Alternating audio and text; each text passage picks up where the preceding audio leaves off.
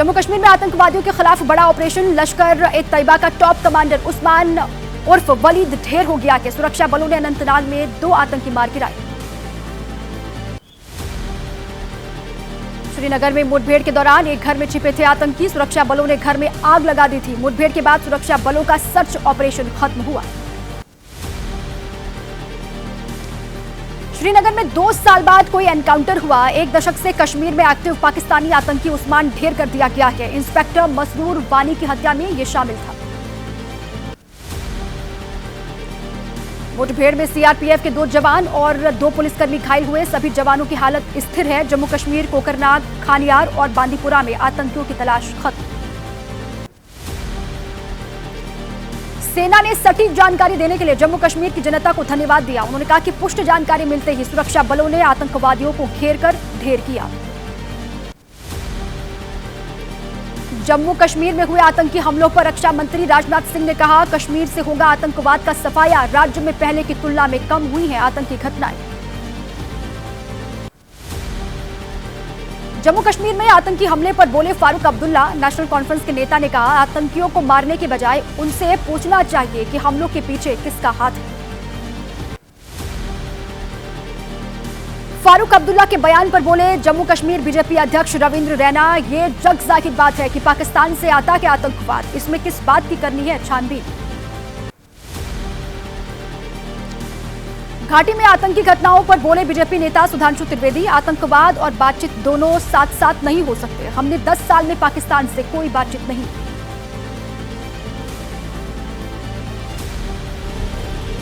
नौसेना न्यूज में अब आगे बढ़ते हुए बात 2 राज्यों के विधानसभा चुनाव की करेंगे। चुनाव के लिए क्या क्या उद्धव ठाकरे की नई रणनीति, बागियों के लिए बीजेपी का प्लान क्या है और महाराष्ट्र के चुनाव में कैसे हुई अंडरवर्ल्ड डॉन दाऊद इब्राहिम की एंट्री, पूरा अपडेट जानिए नौसेना न्यूज में। शिवसेना उद्धव गुट की शिंदे गुट के विधायकों को उनके ही क्षेत्र में घेरने की तैयारी। उद्धव ठाकरे करेंगे चुनाव प्रचार। 5 नवंबर से कोंकण और विदर्भ में कैंपेन करेंगे। शिंदे गुट के सांसद श्रीकांत शिंदे ने उद्धव ठाकरे पर साधा निशाना। एबीपी न्यूज से कहा, उद्धव ठाकरे के स्वार्थ के चलते शिवसेना में पड़ी फूट। महायुति के बागियों को लेकर शिवसेना सांसद श्रीकांत शिंदे ने कहा, जहां गठबंधन के 2 उम्मीदवार, उनमें से कुछ प्रत्याशी नाम लेंगे वापस, बातचीत जारी है। बीजेपी के बागियों को मनाने की कोशिश लगातार जारी है। नाराज गोपाल शेट्टी से मिले डिप्टी सीएम देवेंद्र फडणवीस और कहा कि उम्मीद है वो पार्टी निर्णय के साथ रहेंगे। शाइना एनसी पर दिए बयान पर अरविंद सावंत ने माफी मांगी। उन्होंने कहा कि चुनाव से पहले राजनीतिक कारणों से शुरू किया गया ये विवाद, मैंने कभी किसी महिला का नहीं किया अपमान। शिवसेना प्रत्याशी शाइना एनसी ने कहा, दबाव में आकर अरविंद सावंत ने माफी मांगी। महिला सम्मान के मुद्दे पर अपना रुख साफ करे शिवसेना उद्धव गुट। शिवसेना उद्धव गुट के नेता संजय राउत ने कहा कि सोनिया गांधी और प्रियंका गांधी के बारे में क्या क्या कहा गया, आरोप लगाने वालों को देखना चाहिए इतिहास। शिवसेना उद्धव गुट की नेता प्रियंका चतुर्वेदी ने कहा और सवाल पूछा, शाइना एनसी और सीएम शिंदे, संजय शिरसाट, शीतल महात्रे, ज्योति वाघमारे से कब माफी मंगवाएंगे। एबीपी न्यूज से बोले बीजेपी नेता किरीट सोमैया, शिवसेना उद्धव गुट सांसद अरविंद सावंत के खेद व्यक्त करने से कुछ भी नहीं होगा, उन्हें चुनाव प्रचार से रोका जाना चाहिए। शाइना एनसी पर विवादित मामले पर बीएसपी प्रमुख मायावती ने अरविंद सावंत पर कानूनी कार्रवाई की मांग की। उन्होंने कहा कि सरकार मामले को गंभीरता से ले और सख्त एक्शन ले। बीएसपी अध्यक्ष मायावती का दावा, महाराष्ट्र चुनाव में बीजेपी और कांग्रेस का बना गठबंधन, दोनों पार्टियां नहीं लागू कर पाई घोषणा पत्र के वादे। महाराष्ट्र चुनाव को लेकर शरद पवार ने आरोप लगाया, सत्तारूढ़ दलों के उम्मीदवारों को वित्तीय सहायता देने के लिए पुलिस वाहनों का इस्तेमाल किया जा रहा है। बीजेपी के नेता अनुराग ठाकुर ने महाराष्ट्र और झारखंड विधानसभा चुनावों में जीत का दावा किया है। उन्होंने कहा कि दीवार पर लिखा हुआ है कि दोनों ही राज्यों में होगी कांग्रेस पार्टी की हार। महाराष्ट्र के डीजीपी पर शिवसेना उद्धव गुट ने आरोप लगाया। पार्टी सांसद प्रियंका चतुर्वेदी ने कहा, राज्य की पुलिस मुखिया बीजेपी की कार्यकर्ता है। एनसीपी अजित गुट के प्रत्याशी नवाब मलिक ने अंडरवर्ल्ड डॉन दाऊद से नाम जोड़ने पर नाराजगी जाहिर की। उन्होंने कहा कि नाम जोड़ने वालों के खिलाफ कानूनी कार्रवाई होगी।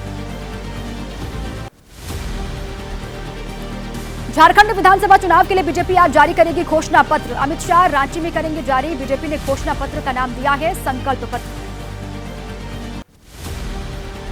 झारखंड में संकल्प पत्र जारी करने के बाद गृह मंत्री अमित शाह 3 रैलियों को करेंगे संबोधित। पूर्वी चाईबासा, चतरा और हजारीबाग जिले में जनसभा उनकी होगी।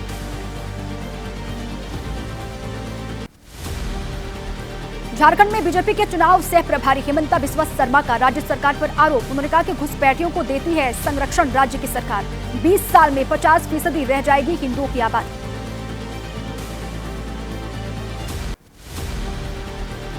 झारखंड के मुख्यमंत्री हेमंत सोरेन का आरोप है झारखंड में चुनाव आयोग ने करवा दिए 1 महीने पहले ही चुनाव। सरकार का भी बचा हुआ था कार्यकाल। जामताड़ा में कांग्रेस प्रत्याशी इमरान अंसारी के खिलाफ बीजेपी प्रत्याशी सीता सोरेन की बेटियों ने शिकायत दी है। थाने में शिकायत की गई है। मामला दर्ज करने की मांग।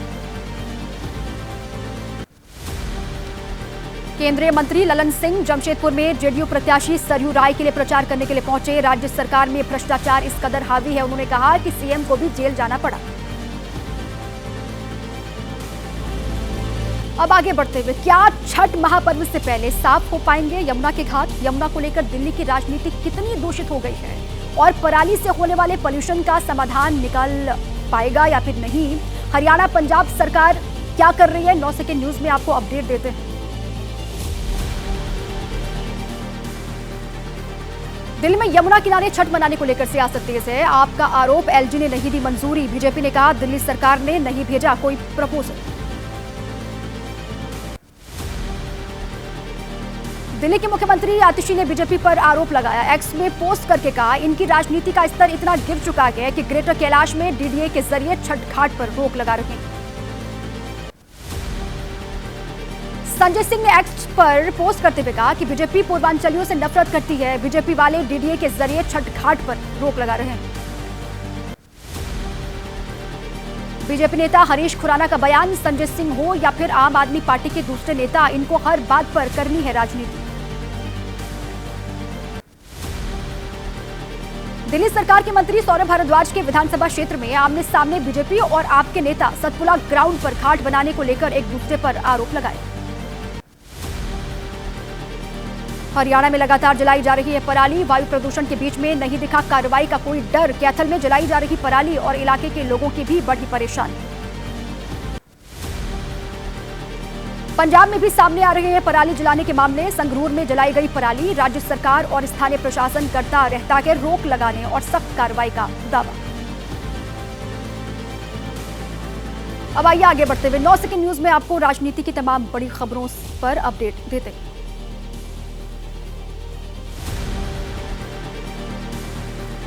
वायनाड लोकसभा उपचुनाव में आज से फिर प्रियंका गांधी करेंगी कैंपेन। राहुल भी करेंगे रैलियां। प्रियंका और राहुल एक साथ रैली को करेंगे संबोधित। उपचुनाव को लेकर बीएसपी अध्यक्ष मायावती का दावा, बीएसपी के चुनाव लड़ने से एसपी और बीजेपी की उड़ी हुई है नींद। कहा बसपा से जुड़ेंगे तो आप बढ़ेंगे और सुरक्षित रहेंगे। उत्तर प्रदेश में जारी है पोस्टर वॉर। लखनऊ में समाजवादी पार्टी मुख्यालय के ठीक सामने नया पोस्टर लगा दिया गया और लिखा गया मठाधीश बांटेंगे और काटेंगे, पीडीए जोड़ेगी और जीतेगी। बटेंगे तो कटेंगे के नारे पर बोले असद उद्दीन ओवैसी। मुसलमानों को टारगेट करने के लिए नारा बनाया गया है। देश तभी मजबूत होगा जब एकता और इंसाफ होगा। दिल्ली से बीजेपी के सांसद मनोज तिवारी ने बटेंगे तो कटेंगे नारे पर कहा यह नारा चुनाव के फायदे के लिए नहीं है, बल्कि ये नारा देश के फायदे के लिए है। आरजेडी नेता मीसा भारती का दावा, बिहार में 4 सीटों पर हो रहे उपचुनाव में जीतेंगे इंडिया अलायंस के प्रत्याशी। पीएम मोदी ने अपने वादे पूरे नहीं। आनंदीबेन पटेल ने सीएम नीतीश से मुलाकात की। नड्डा भी नीतीश से मिलने पहुंच रहे पटना। आरजेडी बोली गठबंधन बचाने की कोशिश की जा रही है। बिहार एनडीए में ऑल इज नॉट वेल।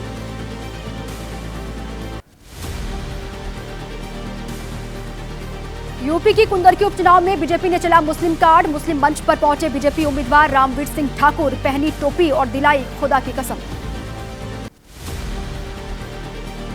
केंद्रीय मंत्री हरदीप सिंह पुरी ने निशाना साधा। उन्होंने कहा कि मुफ्त की रेवड़ी और वेलफेयर स्कीम में कांग्रेस को अंतर समझना पड़ेगा। जरूरतमंदों को मदद देती है सरकार।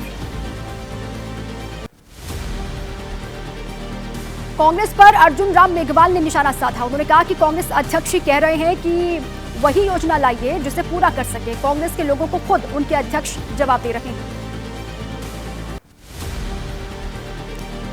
बीजेपी नेता रविशंकर प्रसाद ने कहा, वादे वाली सलाह मल्लिकार्जुन खड़गे अपने कार्यकर्ताओं को ही नहीं बल्कि राहुल गांधी को भी दें। कांग्रेस झूठे वादे करती रही है।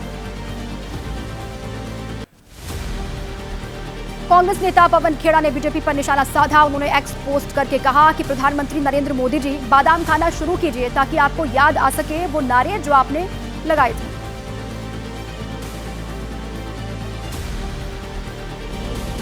अब देश की तमाम बड़ी खबरों पर आपको देते हैं ताजा अपडेट सिर्फ 9 सेकंड न्यूज में। अनमोल बिश्नोई के अमेरिका में होने की सूचना के मुंबई पुलिस ने प्रत्यर्पण का प्रस्ताव भेजा। अमेरिकी अधिकारियों ने अनमोल के अमेरिका में होने की जानकारी दी थी। अनमोल बिश्नोई मामले पर विदेश मंत्रालय ने कहा, तय प्रक्रियाओं के तहत होगी कार्रवाई। बाबा सिद्दीकी हत्याकांड समेत कुछ बड़े आपराधिक मामलों का आरोपी है अनमोल बिश्नोई। पूर्णिया से निर्दलीय सांसद पप्पू यादव को जान से मारने की धमकी का मामला, आरोपी दिल्ली से गिरफ्तार किया गया। आरोपी महेश पांडे का लॉरेंस बिश्नोई से कनेक्शन नहीं है। पप्पू यादव का दावा, पूर्णिया और मधेपुरा दोनों जगह घरों की रेकी हो रही है। महेश पांडे की गिरफ्तारी के बाद लगातार आ रहे हैं धमकी भरे कॉल और मैसेजेस। तेलंगाना सरकार कराएगी सामाजिक आर्थिक स्थिति पर आधारित एक व्यापक सर्वेक्षण। 6 नवंबर से इसकी शुरुआत होगी और इस तरह का जाति सर्वेक्षण करवाने वाला पहला राज्य बन जाएगा तेलंगाना। उत्तर प्रदेश में ताइक्वांडो खिलाड़ी अनुराग यादव की हत्या का मामला, जौनपुर में हत्या की साजिश के आरोप में पुलिस ने एक को गिरफ्तार किया है। मेरठ के एक थाने में तैनात था।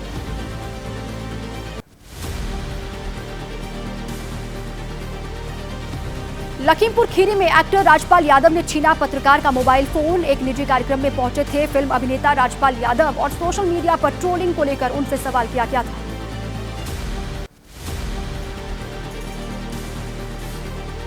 लखनऊ के छोटे इमामबाड़ा में हिजबुल्लाह चीफ हसन नसरुल्लाह के नाम से मजलिस का आयोजन किया गया। हसन नसरुल्लाह को श्रद्धांजलि देते हुए उसको बताया गया शहीद।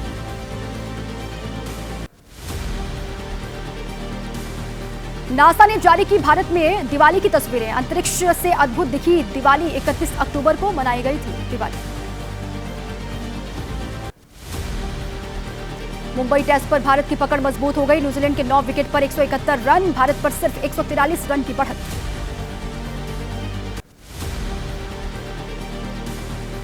मुंबई टेस्ट में आर अश्विन के कैच ने मैच का पासा पलट दिया। अश्विन ने खतरनाक डेरिल मिचेल का कमाल का कैच लपका।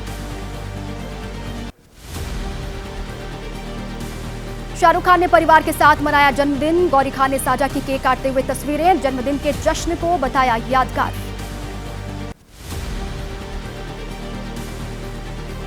जाने माने फैशन डिजाइनर रोहित बल दिल्ली में उनका अंतिम संस्कार किया गया। परिवार और दोस्तों ने नम आंखों के साथ उनको विदाई दी।